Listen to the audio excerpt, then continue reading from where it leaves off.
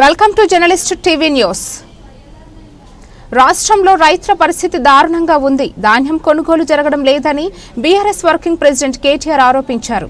ఖమ్మం జిల్లా తల్లాడలో సీనియర్ నాయకులు రాయల శేషగిరిరావు విగ్రహ ఆవిష్కరణ కార్యక్రమంలో పాల్గొన్నారు. ఈ సందర్భంగా కేటీఆర్ మాట్లాడుతూ జిల్లాలో 3 మంత్రులు ఉన్నా ఎలాంటి ఉపయోగం లేదని ధ్వజమెత్తారు. కాంగ్రెస్ అధికారంలోకి వచ్చిన 17 నెలల్లో జిల్లాకు ఏం జరిగిందో ప్రజలు ఆలోచన చేయాలని కోరారు. కేసీఆర్ ప్రజల కోసం సీతారామ ప్రాజెక్టు తెస్తే ఆ నీళ్లు నెత్తిన జల్లుకున్నారు, కానీ ప్రజలకు ఏమి చేయలేదని విమర్శించారు. ఉప ముఖ్యమంత్రి భక్తి అఫిడవిట్ నోట్లు అబద్ధపు హామీలు ఇచ్చి ప్రజలను వంచన చేశారని ఆరోపించారు.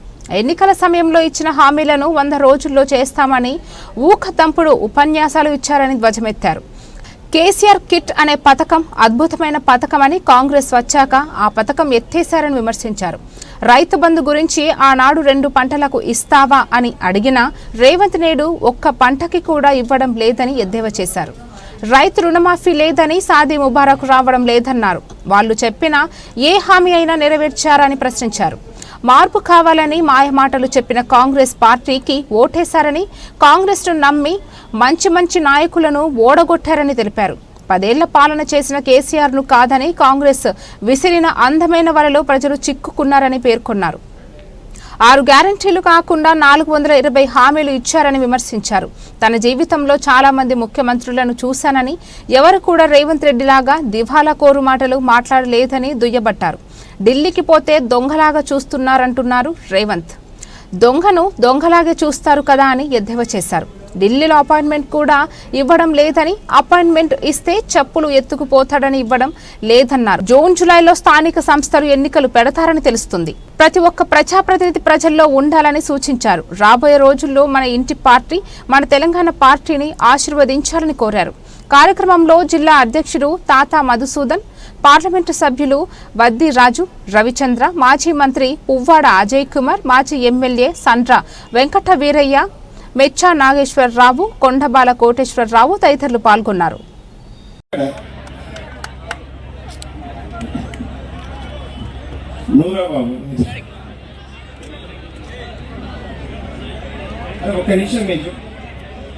పెడతామని చెప్పి చెప్తా ఉన్నా. నేను మిమ్మల్ని కొడతా ఉన్నా. స్థానిక సంస్థల ఎన్నికలు, అసెంబ్లీ ఎన్నికలు వేరు వేరు కాదు. తప్పకుండా పార్టీగా మేమందరం కూడా సీరియస్ గానే తల్లాడు అయితేనేమి, సత్తుపల్లి అయితేనేమి, ఉమ్మడి ఖమ్మం జిల్లా అయితేనేమి, లేదా కొత్త భద్రాద్రి జిల్లా అయితేనేమి, తప్పకుండా సీరియస్ గా ఎక్కడ వాళ్ళం అక్కడ మీకోసం మేము పనిచేస్తాం. ఎంపీటీసీ, సర్పంచులు, జెడ్పీటీసీలు, ఎవరెవరైతే కౌన్సిలర్లు, అదేవిధంగా చైర్మన్లు, మున్సిపల్ చైర్మన్లు కావాలనుకునే నాయకులు ఉన్నారో దయచేసి ప్రజల్లో ఉండండి. ఇవాళ ధాన్యం కొనుగోలు చేయట్లేదు, మనమే వెళ్ళాలి కల్లాల కాడికి, మనమే మాట్లాడాలా, మనమే ప్రభుత్వం మీద ఒత్తిడి తేవాలా. ఇంకెవరు రాను. కాంగ్రెస్ వాళ్ళైతే మళ్ళీ ఎలక్షన్ల దాకా మీ ఇంటికాడికి కూడా రాను పొరపాటున. అందుకే మళ్ళీ ఒక్కసారి ఈ గులాబీ జెండానే తెలంగాణ వాడి గుండె ధైర్యం కాబట్టి ఎక్కడికక్కడ కదులుదాం, ఎక్కడికక్కడ అద్భుతంగా ప్రజలకు అండగా నిలబడదాం. అట్లాగే భద్రాచలంలో మీరు ఉమ్మడి ఖమ్మం జిల్లాలో ఒక ఎమ్మెల్యే గారిని గెలిపిస్తే ఆయన పోయి కాంగ్రెస్ లో చేరారు. మరి అక్కడ కూడా ఉప ఎన్నిక తప్పదు. ఇవాళ భద్రాచలం సోదరులు కూడా కొంతమంది ఇక్కడికి వచ్చారు, పార్టీలో చేరుతున్నారు, వారికి కూడా స్వాగతం. అదే విధంగా భద్రాచలం ఉప ఎన్నిక వచ్చినప్పుడు మొత్తం ఉమ్మడి ఖమ్మం జిల్లా నాయకత్వం మొత్తం అందరం కూడా భద్రాచలానికి పోదాం. తప్పకుండా ఆ సీటును మళ్ళీ తిరిగి అద్భుతమైన మెజారిటీతో గెలిపించుకుందాం. రుణమాఫీ ఎట్లా చేస్తావయ్యా 40,000 కోట్లతో అంటే, ఒక్క సంవత్సరం కడుపు కట్టుకుంటే చాలు అన్నాడు. మరి ఇప్పుడు ఏమైంది? కడుపు కట్టుకోవట్లేదా? రోజు దోపిడీ నడుస్తుందా? అందుకేనా మరి పరిస్థితి? సమాధానం రాదు. దయచేసి మిమ్మల్ని కోరేది ఒకటే. నేను మొన్న మధ్యన హైదరాబాద్ లో నేను ఒక ప్లేస్ నుంచి ఇంకో ప్లేస్ కి ఎక్కడికో పోతుంటే ఒక ఆటో సోదరుడు సిగ్నల్ కాడన కారు పక్కనే ఆయన ఆటో వచ్చి ఆగింది. గుర్తుపెట్టి నమస్తే అన్న అన్నాడు. నేను నమస్తే అన్నా. ఆ సోదరుడు ముస్లిం సోదరుడు మహమూద్ అని. ఏమైంది మహమూద్ భాయ్, ఎట్లున్నారని అడిగాను నేను. ఏముంది సార్, అంతా బర్బాద్ అయిపోయింది, నాశనం అయిపోయింది అన్నాడు. ఏమైందా అంటే, ఇదివరకు రోజు 2,500 సంపాదించుకొని 1000 రూపాయలు కూడా రావట్లేదు సార్. మా రాష్ట్ర వ్యాప్తంగా ఆటో డ్రైవర్లందరి పరిస్థితి కొద్ది కుడియడమా ఇదే ఉంది సార్ అన్నాడు. అని మెల్లిగా నన్ను అడుగుతున్నాడు, అన్న ఏమైనా ఉపాయం లేదా అన్నాడు. ఏం ఉపాయం అంటే ఈ దరిద్రం ఎన్ని రోజులు భరించాలన్నా అని అంటాడు. నేను తమ్ముడు ఏం చేయాలి మరి? ఒక ఓటుకి శిక్ష 5 ఏళ్ళు. ఒక ఓటు తప్పు పార్టీకి తప్పుడు వ్యక్తులకు వేస్తే 5 ఏళ్ళు అనుభవించాలి కదా, ఏం చేయాలి నేను అన్నా. ఏదన్నా ఉపాయం చూడండి అన్న, ఏదో ఒకటి చేసి చూడండి అన్న అంటున్నాడు. ఇది వాస్తవంగా చెప్పాలంటే పెద్ద ఆయన పాపం భారతరత్న డాక్టర్ అంబేద్కర్ గారు చాలా గొప్పవాడు, చాలా తెలివైనవాడు, మహానుభావుడు. మనందరం కూడా గౌరవించుకుంటాం. అందుకే సెక్రటేరియట్ కూడా వారి పేరు పెట్టుకున్నాం. 125 అడుగుల ఎత్తైన అంబేద్కర్ విగ్రహం కూడా హైదరాబాద్ నడిబొట్టున కేసీఆర్ గారు మీ అందరి ఆశీర్వాదంతో పెట్టారు. అంబేద్కర్ గారు కూడా ఆయన అందరూ కూడా అంటారు ప్రపంచ మేధావి, మరి విశ్వాన్ని మొత్తాన్ని కూడా ప్రభావితం చేసిన ఒక భారతీయుడు. కానీ అంబేద్కర్ గారు కూడా ఇట్లాంటి దుర్మార్గులు వస్తారని మాత్రం ఊహించలేదు.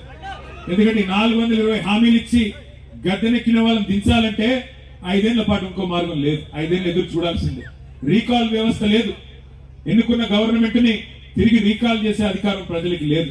మరి ఇట్లాంటి దుర్మార్గులు వచ్చారు కాబట్టి భవిష్యత్తులో అలాంటి సంస్కరణలు కూడా తప్పవేమో. కానీ అప్పటిదాకా మనకి నిరీక్షణ తప్పదు, మనకి బాధ తప్పదు. కానీ తొందరలో మీకు ఒక మంచి అవకాశం రాబోతా ఉంది. తొందరలోనే ప్రభుత్వం అన్ని సాధ్యమయ్యే హామీలేనా అంటే ఇదే విక్రమార్క గారు చెప్పారు. బట్టి విక్రమార్క గారు ఏమన్నాడు ఆయన? మాది 125 సంవత్సరాలు కలిగిన పార్టీ, చరిత్ర కలిగిన పార్టీ. మా దానిలో చాలా మంది మేధావులు ఉన్నారు. కేసీఆర్ గారి కంటే మాకు చాలా తెలివి ఎక్కువ ఉంది. తప్పకుండా ఇచ్చిన ప్రతి హామీని మా మేధస్సునంతా కరిగించి సంపద పెంచి అన్ని అమలు చేస్తాం, 100 రోజుల్లోనే చేస్తాం అని చెప్పి ఆ రోజు ఊదరగొట్టే ఊకదప్పుడు ఉపన్యాసాలు గల్లీలో ఇచ్చారు. మరి ఏమైంది? ఈరోజు 17 నెలల తర్వాత ఉన్న ప్రోగ్రాంలే పోయినాయి, ఉన్న స్కీమ్లే పోయే పరిస్థితి. కేసీఆర్ కిట్ అనే ఒక అద్భుతమైన కార్యక్రమం మాతా శిశు మరణాలను తగ్గించి బ్రహ్మాండంగా ఆడబిడ్డలందరికీ సహాయం చేసే ఒక చక్కటి కార్యక్రమం. చివరికి దాన్ని కూడా ఊడగొట్టారు. 12,000 రూపాయలు, 13,000 రూపాయలు. మగపిల్లడు పుడితే 12,000, ఆడకూతురు పుడితే మహాలక్ష్మి పుట్టిందని 1,000 రూపాయలు ఎక్కువ, 13,000 రూపాయలు ఇచ్చే ఒక చక్కటి కార్యక్రమం. దాన్ని కూడా ఎత్తేసినారు. ఒకసారి గుర్తు తెచ్చుకోండి. ఏమన్నారు రేవంత్ రెడ్డి గారు? 2 పంటలకే ఇస్తారా, 3వ పంటకి ఇవ్వా అన్నాడు. మళ్ళీ ఒక్క పంటకే ఇచ్చే మొహం కూడా లేదు. ఒక్క పంట కూడా సరిగ్గా ఇచ్చే పరిస్థితి లేదు. ఇది వాస్తవం. రుణమాఫీ రెచ్చగొట్టారు రైతుల్ని. ఏమన్నారు అన్నాడు? పరిగెత్తుకుంటూ వెంటనే అర్జెంటుగా బ్యాంకు కురకండి, పరిగెత్తుకుని 2 లక్షల లోన్ తెచ్చుకోండి, నేను వస్తున్నా. రాగానే మొట్టమొదటి సంతకమే రుణమాఫీ మీద పెడతా, డిసెంబర్ 9 2 లక్షలు రుణమాఫీ చేస్తా అన్నాడు. మా ఆడబిడ్డలు ఇక్కడ ఉన్నారు. మీ ఓట్ల కోసం ఫ్రీ బస్ అన్నారు, తులం బంగారం అన్నారు. ఇంకొక మాట కూడా చెప్పినారు రేవంత్ రెడ్డి గారు. కాంగ్రెస్ నాయకులంతా ఇంట్లో అత్త మామ ఉంటే వాళ్ళకేమో 4,000, కేసీఆర్ గారు ఒక అత్తకే ఇచ్చేది లేదా మామకే ఇచ్చేది, ముసలాడుకో ముసలవ్వకో ఇచ్చేది. మేము వస్తే ఇద్దరికి ఇస్తాం. అత్తకు 4,000, కోడలికి వచ్చినాయి మరి 2,500. బాగుందా మార్పు? ఖమ్మం జిల్లా అంతా మీరు మార్పు అని కుదితిరి. సైకిల్ ఏందన్నా మోరీలకు దిగి మోరీలు కూడా సాఫ్ చేసిన ఏం చేయమంటావు అట్లా పనిచేస్తున్నా అని చెప్పినాడు. కానీ ఈ వేదిక మీద కూర్చున్న ప్రతి ఒక్కరని కాదు, ప్రతి ఒక్కరు కాలికి బల్బం కట్టుకొని 10 ఏళ్ళు ఇక్కడ రైతాంగం కోసం, ఇక్కడి పేదల కోసం, ఇక్కడ ఉండే ఉద్యోగాల కోసం, ఇక్కడ ఫ్యాక్టరీలు రావాలి, ఇక్కడ మా బుగ్గపాటు లాంటి ప్రాంతాల్లో కొత్త ఫ్యాక్టరీలు తేవాలని చెప్పి తపనతో వీరయ్య గారితో సహా అందరు కూడా పనిచేశారు. కానీ మీకు కొద్దిగా బోరు కొట్టినట్టుంది. 10 ఏళ్ళకి 10 ఏళ్ళు అయింది కదా, 2 సార్లు వాళ్ళకి ఇచ్చాం కదా, ఒకసారి వీళ్ళకి ఇస్తే ఏం పోయింది అని చెప్పి వాళ్ళు ఇచ్చిన అందమైన వలలో వాళ్ళు విసిరిన అందమైన వలలో పడ్డారు. పడితే ఈరోజు ఏం పోయింది, ఏం జరిగింది? మాకేముంది, మేము 5 ఏళ్ల పాటు మళ్ళీ పక్క కూర్చుంటాం. మేము కూడా రేవంత్ రెడ్డి గారిని నిలదీస్తూనే ఉంటాం, కాంగ్రెస్ నిలదీస్తూనే ఉంటాం, వదిలిపెట్టాం.